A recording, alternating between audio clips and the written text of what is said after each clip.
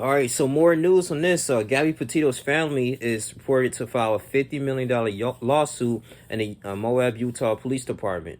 And they believe they should have done more. So, according to the Salt Lake City, Gabby Petito's family announced Monday that they have intent to file negligence claims against the Moab Police Department, which is really key here when I was covering this story before.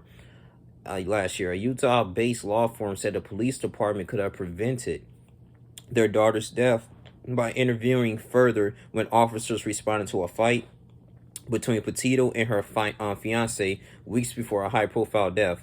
We'll go into detail a bit of that later. The family is seeking a $50 million damages from the police department as well as the city and state officials. So Petito's parents appeared online with lawyers at the Utah Law and Justice Center in Salt Lake City. I believe it was like a Zoom call. And Gabby's parents are bringing this lawsuit to honor Gabby's legacy by working to save the lives of victims of domestic violence and throughout the United States and the world. This was according to James McConkey, an attorney with Parker and McConkey, which is representing the Petito family. Now, McConkey said a Utah lawsuit is part of a bigger effort by Petito's parents to raise awareness of an intimate partner violence. Okay, the family wanted to help victims of domestic violence and know there are resources available and that they can rely on law enforcement.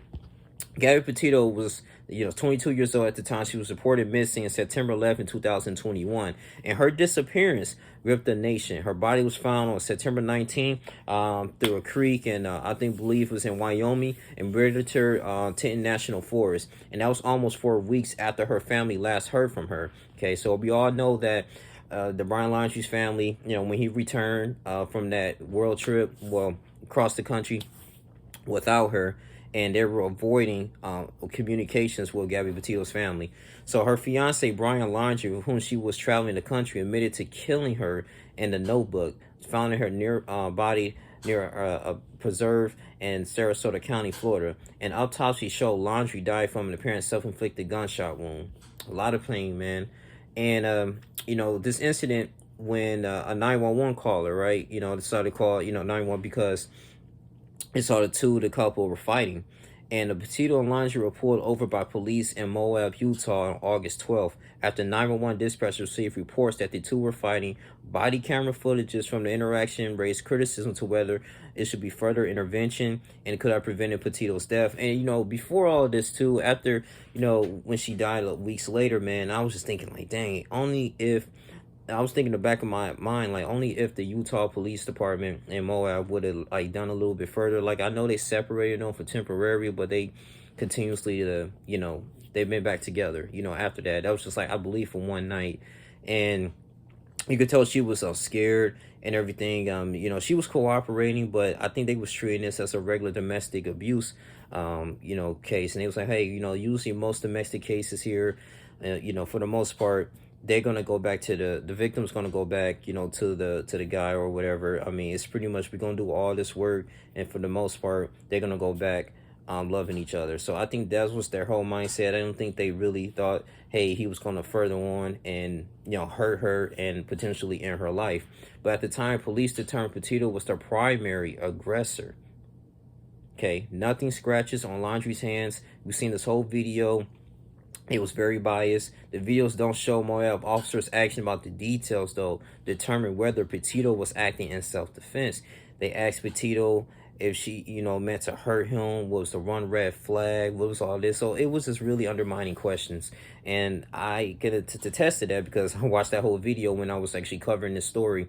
The same law firm representing the families of the Lauren McCluskey, Zephon Dong, and a similar lawsuit against the University of Utah is representing Petito's family. So she got a good legal counsel, along with Zimmerman Bucher, which specializes in appeals. When a full evidence has not yet been made public, when this were released, it will clearly show that the officers have been properly trained and followed the law. Gabby will still be alive today. I agree. I really agree. A prepared statement from Stewart. Brian Stewart is attorney representing the family, said the Petito family believes it is important to hold government institutions responsible for failure like this. So this was in bulletproof form. The 911 caller reported seeing Brian Laundrie slapping Gabby Petito, physically putting his hands on her, chasing her up and down the sidewalk. Petito told the officers Laundrie had grabbed her face and left a gash on her cheek with his nail. The law firm said photos showed blood smeared on her cheek and left eye, not visible on body camera footage, but showing she was possibly grabbed in a way that would restrict her airway. She had marks on her arm and reported he had grabbed her arm. And I really wish they would have done. I mean, after showing this in some amount of evidence, I'm pretty sure the Moab Police Department would have known this. They wish they would have done like some further digging investigation, man, or would have arrested him. She probably would have been alive to this day, and they would have proceeded to further action. They probably take her back home, or advise her to get back home, and they try to do any means unnecessary, man.